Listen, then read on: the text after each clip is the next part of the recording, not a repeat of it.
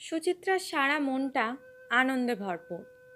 সত্যি, তিমিরের পছন্দকে প্রশংসা করতে হয়। মফস্বল শহরে বদলি হওয়ার সময় সুচিত্রা ভয়ে মুষড়ে পড়েছিল। ওগো, বুঝলে, কলকাতার বাইরে আমি বেশি দিন থাকতে পারবো না। আচ্ছা আচ্ছা, একবার দেখোই না কলকাতা ছেড়ে। ভারী চমৎকার জায়গা। তিমিরের কথায় সুচিত্রা ম্লান হেসেছিল, কিন্তু আজ সারা মনটা খুশিতে ছেয়ে গেছে। মফস্বল শহর, গভীর সান্ত্বনা, তার ওপর এই বাড়িটা। সামনে একটু ফুলের বাগান, দূরে লাল মাটির রাস্তাটা বাঁক দিয়ে তেপান্তরের মাঠে হারিয়ে গেছে। জানালার পাশে বসে কত দূর দেখা যায়। সত্যিই তোমার পছন্দ আছে। এত চমৎকার জায়গা, এত সুন্দর বাড়ি তুমি জোগাড় করবে আমি ভাবতেই পারিনি। সুচিত্রার কণ্ঠস্বরে তিমির বলে, কেন, আমার বুঝি পছন্দ করার ক্ষমতা নেই? তোমার পছন্দের যা নমুনা দেখেছি, মনে নেই একটা চওড়া হলদে পাড়ের শাড়ি নিয়ে সেদিন বাড়িতে কি হাসাহাসি না পড়েছিল। তিমির হাসে। ওটা তো ছোট জিনিস। আমার পছন্দের তারিফ কিন্তু বন্ধুরা ভয়ানক করে। একজনের রূপের ছটায় তার প্রমাণ হয়ে গেছে। যাও। সুচিত্রা হাসে। ঘনিষ্ঠ হয়ে বসে সুচিত্রা। সুচিত্রার হাত টেনে নেয় তিমির। পছন্দের বাজারে তোমার হার হয়েছে চিত্রা। আমার মতো একজন। বাধা দিয়ে বলে সুচিত্রা। বেশ, বলো, যত পারো বলো, আমি চলে যাচ্ছি। গভীরভাবে টেনে নেয় তিমির সুচিত্রাকে। রাগ হলো বুঝি? সুচিত্রা গভীর খুশিতে ডুব দিয়ে তিমিরের বুকে মুখ লুকায়। জীবনে এত আনন্দ আছে, জীবনে এত সুখ। সুচিত্রা হঠাৎ বলে, জানো, আজ দুপুরে বেশ মজা হয়েছে। কে? দুপুরে জানলার পাশে বসে সেই বইটা পড়ছি। হঠাৎ চোখ পড়ল রাস্তায়। মনে হলো দূরে তুমি আসছো। সেই ছাই রঙের ট্রাউজার, সাদা শার্ট। ভাবলাম অফিস থেকে পালিয়েছো। তাকিয়ে রইলাম।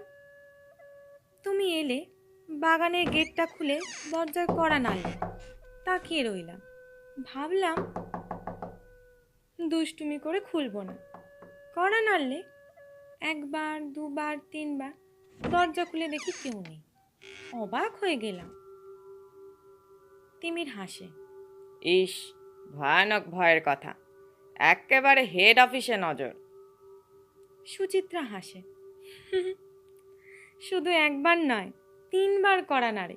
যতবার খুলে দিই দেখি কেউ নেই। পাগলি, বাতাসে করা নড়ে ওরকম।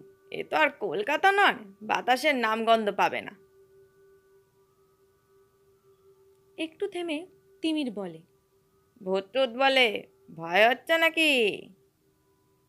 ঘোড়ার ডিম, ওসব কুসংস্কার আমার নেই। ডিটেকটিভ নভেল পড়তে পড়তে মাথাটা একটু খারাপ হয়েছিল, এই আর কি। একটু থেমে সুচিত্রা বলে, চলো, খাবে চলো।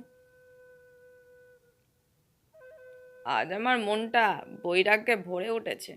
খাওয়ার আর ইচ্ছে নেই দেবী। বৈরাগ্যের কথা মনে রেখো গোসাই, শোধ নেব। সুচিত্রা হেসে পালায়। গভীর রাতে ঘুম ভেঙে যায় তিমিরে। একটা হাত তার কপালে চুলে বয়ে যাচ্ছে। ওহ, কি ঠান্ডা হাত, যেন বরফ। সুচিত্রার হাত এত ঠান্ডা, অসহ্য এই হাত। কপালের রক্তটা যেন জমে আসছে। হাতটা সরিয়ে দেবে মনে করে তিমির নিজের হাতটা তোলে। হাতটা সরে যায়। পাশ ফিরে মনে হয় সুচিত্রা ঘুমোচ্ছে অঘোরে। সুচিত্রার হাতটা স্পর্শ করে, অনুভব করে বেশ গরম। তিমির আবার ঘুমিয়ে পড়ে। ঘুম ভাঙে। একটা অস্বাভাবিক ঠান্ডা নিঃশ্বাস তার মুখে চলাফেরা করছে। হিম শীতল নিঃশ্বাস। প্রাণের যেন ছোঁয়া নেই। পাশ থেকে দেশলাইটা নিয়ে জ্বালায় তিমির। সুচিত্রা তো ঘুমোচ্ছে। তবে কে? ভুল। কিন্তু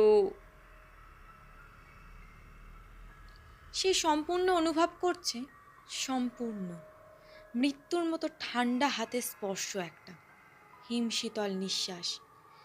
ধীরে একটা হাত টেনে নেয় সুচিত্রা। সকালে চায়ের টেবিলে চায়ের প্রস্তুতির ফাঁকে সুচিত্রার মুখে একটা দুষ্টুমির হাসি খেলে। তিমিরের এখনো হলো না। পরিপূর্ণ দৃষ্টি তুলে সুচিত্রা বলে, কি দুষ্টু বাবা। কেন? আর নাকা সাজতে হবে না। কি দুষ্টুমি করেছো কাল? আমি? বিস্মিত হয় তিমির। সেও এই প্রশ্ন করবে ভেবেছিল। দিনের আলোয় রাতের ঘটনাগুলো নিছক মনের ভুল বলেই মনে হয়েছিল তিমিরের। কিন্তু সুচিত্রাকে কাল... কি চুপ করে রইলে যে? একটু হেসে সুচিত্রা, রাগ করলে? না, রাগ করব কেন? দুষ্টুমি করে রাগ করাটা এক্কেবারে অন্যায়। তিমির চেপে যায় রাতের নিজস্ব কথাগুলো। ওহ, তোমার হাতটা কি অসম্ভব ঠান্ডা ছিল কাল। আমার সমস্ত রক্ত যেন জমে যাচ্ছিল। ঠান্ডা? আমার হাত? একটা প্রচণ্ড বিস্ময়ের ধাক্কায় কথাগুলো বেরিয়ে আসে তিমিরের মুখ থেকে। হ্যাঁ গো হ্যাঁ বাবা, আমার যা ভয় লেগেছিল। সুচিত্রা চায়ের কাপটা এগিয়ে দিয়ে বলে, মনে হচ্ছিল তোমার আঙুলগুলো যেন আমার গলা চেপে ধরছিল। ভয়ে তোমাকে ঠেলা দিলাম, তবে তো ছাড়লে। তিমির বিস্ময় বিমূঢ় হয়ে যায়। সুচিত্রার সামনে শুধু হাসে। তোমাকে পরখ করছিলাম। মরে যায় কিনা তাই? সুচিত্রা হেসে জবাব দেয়। তিমির হাসে। একটা গভীর রহস্যের ধোঁয়ায় সে যেন আচ্ছন্ন হয়ে যাচ্ছে। একটা নিদারুণ বিস্ময়। অফিসে কাজের মধ্যে ডুবে থাকার চেষ্টা করে তিমির, কিন্তু তলিয়ে যেতে পারে না। কাল রাতের অনুভূতি, একটা বরফের মতো প্রাণহীন ঠান্ডা হাত, হিমশীতল স্পর্শ। সুচিত্রাকে খুন করতে গিয়েছিল সেই ঠান্ডা হাত। সুচিত্রা পেয়েছে সেই মৃত্যু স্পর্শ, তার হাত ঠান্ডা নয়। অসীমবাবু, শুনুন। তিমির হঠাৎ ডেকে ওঠে। কে বলছেন স্যার? কাছে আসুন। হঠাৎ অসীমের হাতটা চেপে ধরে তিমির ফিসফিসিয়ে বলে, আমার হাতটা বরফের মতো প্রাণহীন ঠান্ডা? কি বলছেন? বলুন, আমার হাতটা বরফের মতো ঠান্ডা? না স্যার। যান। তিমির উত্তেজিত হয়ে হাতটা টেনে নেয়। অসীম দুপা এগিয়ে বলে, স্যার, একটা কথা বলবো। কি কথা? অসীম একবার ভালো করে তাকায় তিমিরের দিকে। স্যার, কাল রাত্রে আপনার বাড়িতে কিছু হয়েছিল? তিমির বিস্ময় মুখ তোলে। একটা চূড়ান্ত আগ্রহের সমস্ত মনটা মাতাল হয়ে যায়। যথাসম্ভব গাম্ভীর্য রেখে বলে, কেন? স্যার, ওই বাড়িটার একটা বদনাম আছে। বছর 2 আগে ওই বাড়িটা তৈরি করেন কলকাতার কোন এক ভদ্রলোক। কি করতেন সঠিক জানা যায় না। মাঝে মাঝে স্ত্রী সহ এসে থাকতেন। দুজনের মধ্যে অত্যন্ত সদ্ভাব ছিল। কোনো ছেলে মেয়ে ছিল না, অন্তত আমরা কোনো দিন দেখিনি। হঠাৎ একদিন বিকেলে পুলিশ বাড়ি ঘেরাও করছে শুনলাম। ছুটে গিয়ে শুনলাম স্বামী আত্মহত্যা করেছে। ভদ্রমহিলার গলা কে যেন টিপে ধরেছিল। পুলিশ রিপোর্টে পরে জানা যায় খুনি স্বয়ং তার স্বামী। তারপর থেকে কেউ ও বাড়িতে বাস করতে পারেনি। নানা রকম অদ্ভুত জিনিস দেখা যায় বলে গুজব। অবশ্য আমি নিজে কোনোদিন দেখিনি। অসীম হাসে। স্যার, আমি বলছিলাম বাড়িটা আপনি ছেড়ে দিন। আচ্ছা, সে পরে দেখা যাবে। তিমিরের স্বরটা চুপসানো বেলুনের মতো শোনালো। সমস্ত মাথাটা যেন ঝনঝন করছে। কাল রাতের ঘটনা তাহলে?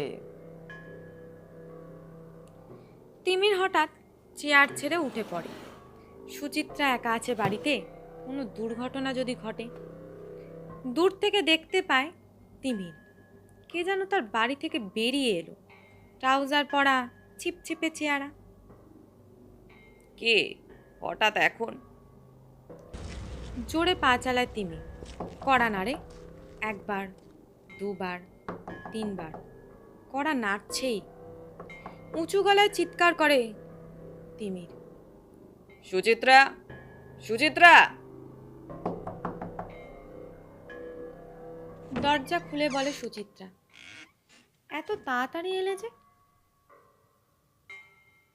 কোথায় ছিলে এতক্ষণ? কোনো উত্তর নেই কেন?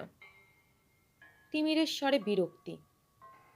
কতবার দেখব, এই নিয়ে 8 বার দরজা খুললাম, সুচিত্রা বলে। 8 বার? তিমির মুখ তোলে। একটু আগে কি এক ভদ্রলোক এসেছিলেন মনে হলো। বিস্ময় মুখ তোলে সুচিত্রা। কি পাগলের মতো বকছো? আমি নিজের চোখে দেখেছি। দিশেহারা চিন্তায় কেমন একটা উত্তেজনায় তিমির কাঁপতে থাকে, এক অসহায় উত্তেজনা। সুচিত্রা মুখ তোলে। তিমিরের চোখ দুটো কেমন যেন অস্বাভাবিক লাল মনে হচ্ছে, কেমন যেন অপরিচিত। কি বলছো তুমি? কেউ আসেনি, আমি তোমায় মিথ্যে কথা বলবো? তিমিরের উত্তেজনা থার্মোমিটারে পাড়ার মতো এগিয়ে চলেছে। সুচিত্রাকে সে যেন আর সহ্য করতে পারছে না। একটা পাশবিক প্রবৃত্তি কাঁপছে যেন তার মনে, চিন্তায়, দেহে। তুমি অমন করে তাকিয়ে আছো কেন? একটা প্রচণ্ড ভয় সুচিত্রার গলাকে কাঁপিয়ে দেয়। নিশ্চুপ তিমি। সুচিত্রার গলাটা কি লম্বা, কি সরু, দুপায়ে এগোয় তিমি। হঠাৎ কড়া নাড়ার শব্দ হয়, জোরে ঝড়ের মতো। সুচিত্রা প্রায় দৌড়ে গিয়ে দরজা খোলে। স্যার, আমি। অসীম ঢোকে। মনে হয় সে যেন দৌড়ে এসেছে। মুখ ফেরায় তিমি। সমস্ত শরীর অসম্ভব ঘেমে উঠেছে। কি ব্যাপার অসীমবাবু? তিমির কথা বলে। বলছি। অসীম উত্তর দেয়। তিমি সুচিত্রার দিকে তাকায়। আমার অফিসে কাজ করে। অসীম হাত জোর করে নমস্কার করে। আপনি বেরিয়ে আসার পরই আমার কেমন যেন সন্দেহ হলো। আপনার মুখ দেখে, কথা শুনে মনে হলো কি যেন একটা ঘটেছে, অথচ আপনি আমায় লুকোচ্ছেন। তাছাড়া এর আগে এই বাড়িতে দুপুরে 2টো দুর্ঘটনা ঘটেছে। সুচিত্রা বিস্ময় মুখ তোলে। তিমির বলে, পরে বলছি। তুমি অসীমবাবুর জন্য চায়ের ব্যবস্থা করো। সুচিত্রা চলে যায়। অসীমবাবু, আপনি আমায় বাঁচিয়েছেন। জানি না কিসের তাড়নায় আমি যেন একটা কিছু করে ফেলতাম। আপনাকে সব বলছি। অসীম হাসে। আমি ঠিকই সন্দেহ করেছিলাম দুপুর এখানে মৃত্যু। এক নির্মম ঘটনার হাতছানি এখানকার দুপুরে মিশে আছে। সুচিত্রা চা নিয়ে ঢুকে। ওর ভয়টা কেটে গেছে। আমাদের আজকের গল্পটির নাম দুপুর এখানে মৃত্যু, নির্মল কুমারের লেখা। অনেকদিন বাদে আবার এই গল্প পাঠ শুরু করলাম। তোমাদের যদি ভালো লেগে থাকে তাহলে লাইক, শেয়ার আর সাবস্ক্রাইব করো। আজ চলি তাহলে, টাটা।